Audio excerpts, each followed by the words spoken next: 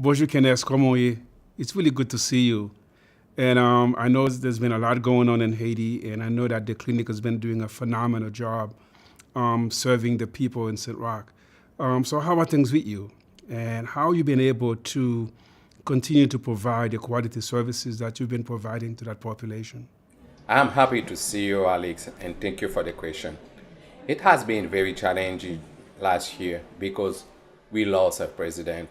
We had the earthquake in the south, the kidnapping in Haiti. For example, a father in the Saint community, maybe you know him by the news, Father Michel, was kidnapped for more than 15 days. Because of the insecurity, her journey has been changed. Before was like 20 minutes to get to the clinic, and now we have to pass like more than 1 hour. In front of those problems, we continued with the same heart to deliver the same care to our community and others. Kenneth, as you just mentioned, the difficulty and the challenges, how do your staff, how's your colleagues doing? How have they been able to come to work every day and to continue to provide the services that they're providing? Just how are things, how are they doing? What's the disposition right now, giving all just the craziness? And I know you're right in the middle of it, and they are too. So how are they doing? That's a very good question. Like any other staff in Haiti, we are stressful because we never know what could happen in any time. We can divide a staff by two groups. There is like the same work group staff. They are there like 24 hours by 7. People in the community sometimes go to receive some care in their house. And we have like the staff who lives far away or outside the Saint and I am one of them. The Saint car pick up us like every day at Pétionville and bring us to the clinic. We formed together a good staff with a passion. We try to listen each patient and provide a good quality of care, of service. Haiti's been going through so many challenges, particularly there's been assassination of the president. And right after that, there was this devastating earthquake in the south. And I know you've been working with them, you've been providing support to the families in the south. How's that been going? I am proud of my staff, proud of my colleagues in the US. The staff, like the satisfaction of a beneficiary, is for each of Saint Haiti Foundation members, is for everyone who contributed or participate to make the response happen after the earthquake in the south. Kenneth, it's hard to believe it's been 11 years since you start working in the clinic in St. Roch. What has been your greatest achievement in this past 11 years? What are you most proud about? And what do you feel as the most challenging? What are the needs? And sometimes people think of Haiti as just an insecurity, and it's not. We've been talking about pockets of hope, and we do feel that St. Roch is one of those pockets of hope in the midst of chaos. But it's been 11 years. How do you feel about your achievement, the achievement of the clinic? I have 11 years working like a medical director. Before that, I worked as a physician for 3 years. Right now, I have 14 years in Saint Roch. I can start by the employees. We started with 3 employees.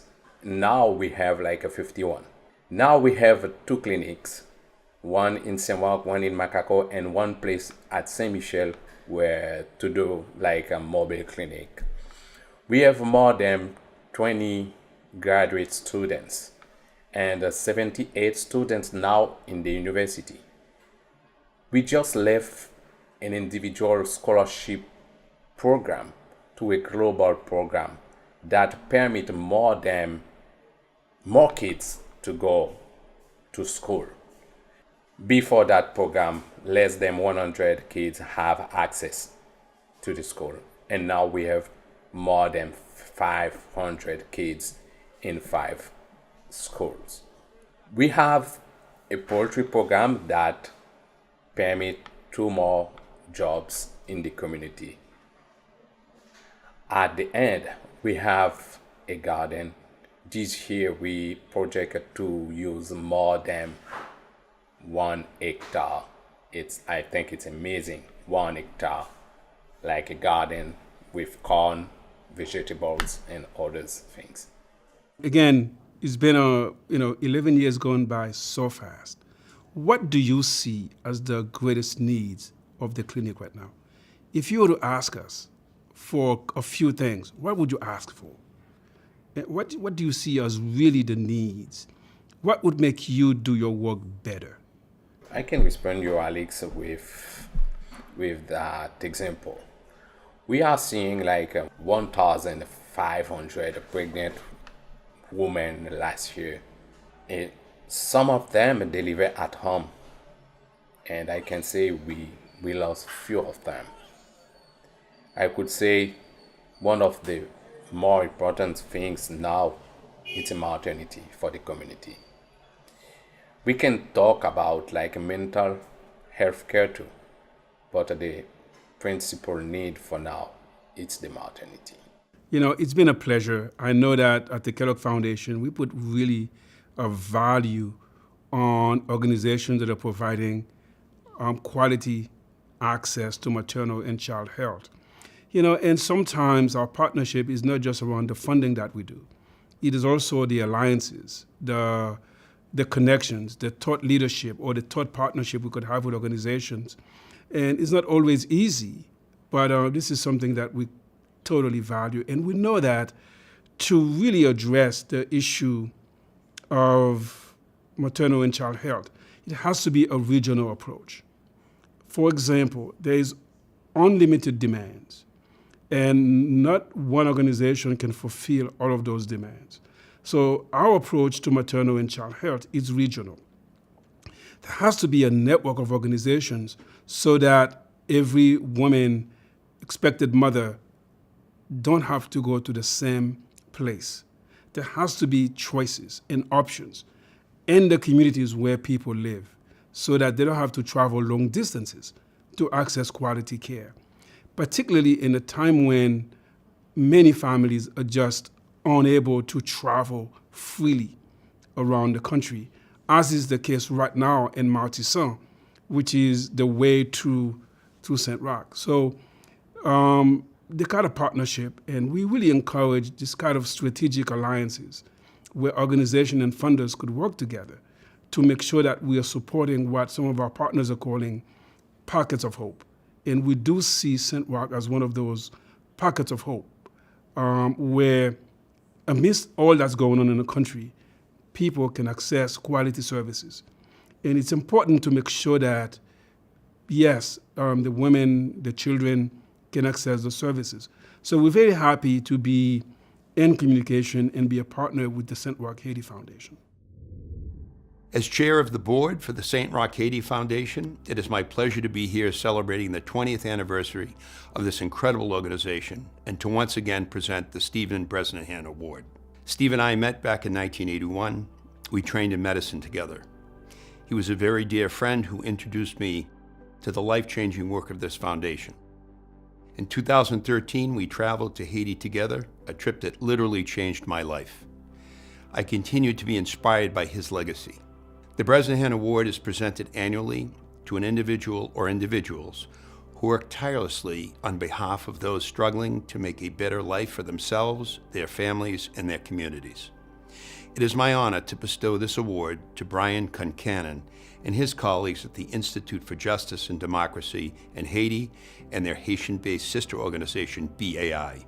Together, they are leading the charge as advocates for human rights in Haiti and just treatment of Haiti by the international community. Congratulations to you all, and thank you for your continued effort on behalf of the Haitian people.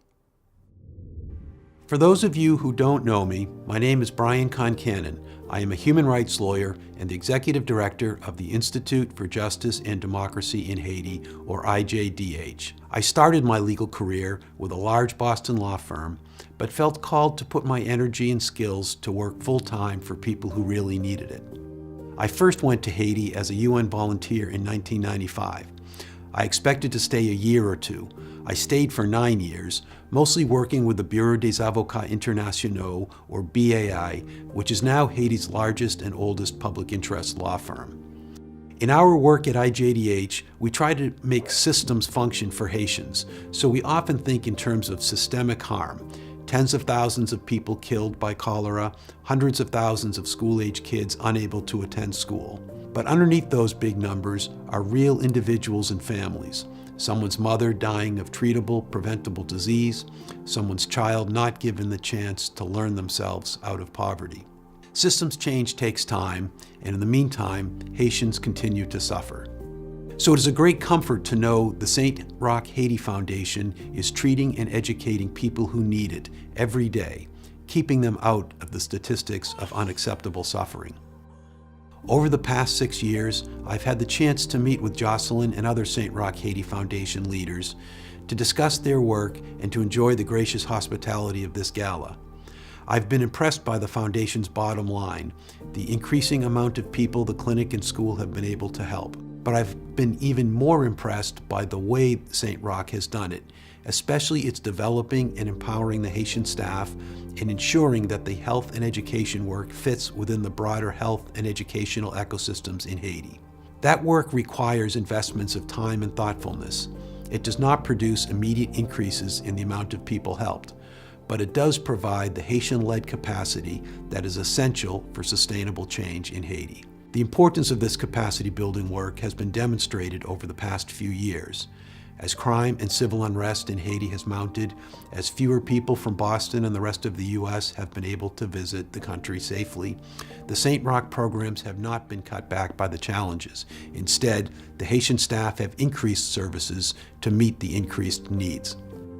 It is a great honor to receive recognition in Dr. Stephen Bresnahan's name. I did not have the privilege of knowing Steve well, but did meet with him a few times. In those meetings, he never took over the room or dominated the conversation. Instead, he carefully and respectfully listened to what others said, then asked thoughtful questions. When he did add his 2 cents, he invariably had something thoughtful and insightful to say.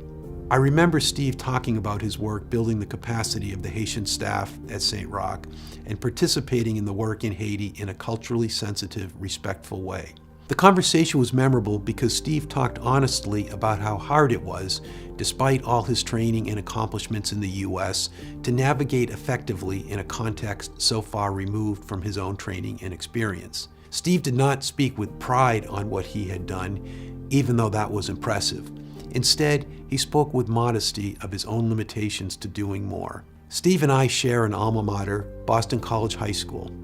We were taught there to follow the Jesuit ideals of living compassionately in service of others and to use our privilege to help create a more just and inclusive world. I have tried to follow those lessons, perhaps because it was easier than following the school's chemistry lessons. Steve did the chemistry well enough to be a physician.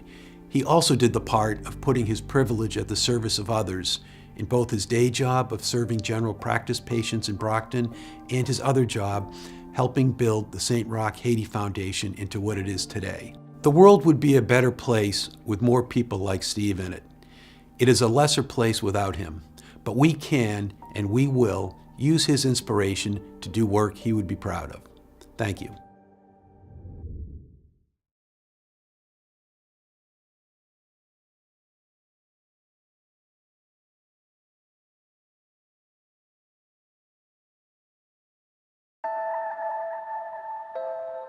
My story begins with a 30-year-old woman who has 3 small children that she can't house, she can't feed, she can't clothe, and she can't educate, and she finds herself pregnant again. She miscarries. And this is where our clinic comes into play. She bleeds for a week and needs to be seen at a clinic. And the village told her that our clinic was the place to go. So she got up very early and walked in the mountains. I was just struck the first time I went, especially by how many people were waiting outside in the morning to be able to get medical care, and how much effort they had to go through just to get to the clinic and see a doctor or see a nurse. I noticed this woman kind of curled up, and she obviously was very sick. And I noticed that she was bleeding pretty heavily as well. So I went and got help. And they notice her because she can barely sit up. They immediately take her into what they call as the emergency room, is a room that has no electricity, cinder block walls, a small window, has a code cart, a hospital bed, some IV poles, and an examining table. And they call Dr. Kennis. They get her on the examining table, and he examines her. And he diagnoses her with retained placenta. Dr. Kennis starts an IV, and he asks me to mix a smaller IV bag with Pitocin. Pitocin's a drug used to induce contractions. And his hope was that this would push out the retained placenta and then halt the bleeding. That did not work. She needed an operation. We were the only place she could turn to. She knew she was in trouble. As I said earlier, her village told her this was the place to go. But she was so grateful. She was so kind, she was so strong, she was so stoic, and never asked for anything. When I was in St. Roch, I was very interested in seeing what the doctors and nurses there were doing and the level of care they were able to provide. But I don't think I fully understood how impactful the foundation was, or how big of a difference the clinic was making, until I saw this specific patient interaction. And, it was a very intense situation for an 18-year-old to be observing, and I think it reaffirmed for me that I wanted to work in healthcare. Fast forward, it's now 7 p.m. The clinic had been closed for 2 hours, but the staff never left. The director of operations never left. They stayed for Velma and to help Dr. Kennis. The emergency room had no electricity, and so Rock went outside, turned on the truck headlights, turned the truck around, and so the lights on the headlights of the truck were shining through the high window in the room she was in, and it sort of gave a moonlit glow, which was perfect. She seemed okay, and we transferred her to the chair, Jaceml and I. I looked up, and she was gone. She'd completely passed out. I yelled, and the nurses were right there. Kennis was right there. We got her back in to the bed. What seemed like an hour was just, I'm sure, a couple of minutes, and she ended up coming to. And she seemed okay. Neurologically, she was still alert and proper. Kennis, the nurses, and ourselves all packed her up quickly, carried her out to the truck, and they drove her down the mountain to a hospital to get help. She did survive, but she wouldn't have survived if it wasn't for the help and the donors and the sponsorships of the clinic. We couldn't have done this without all your support, and she wouldn't have survived, and she would have left 3 young children without a mother. So let's not let this happen again.